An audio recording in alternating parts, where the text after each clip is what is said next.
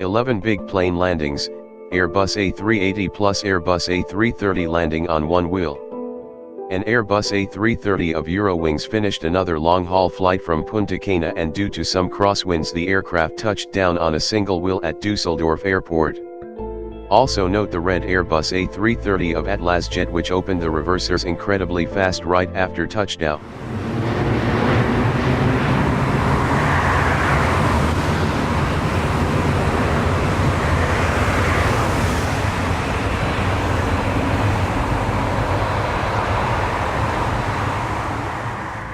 It was the first time we saw the A330 of Atlas. Currently they operate 4 of these long-haul planes, and they mainly use them on flights between Turkey and Germany.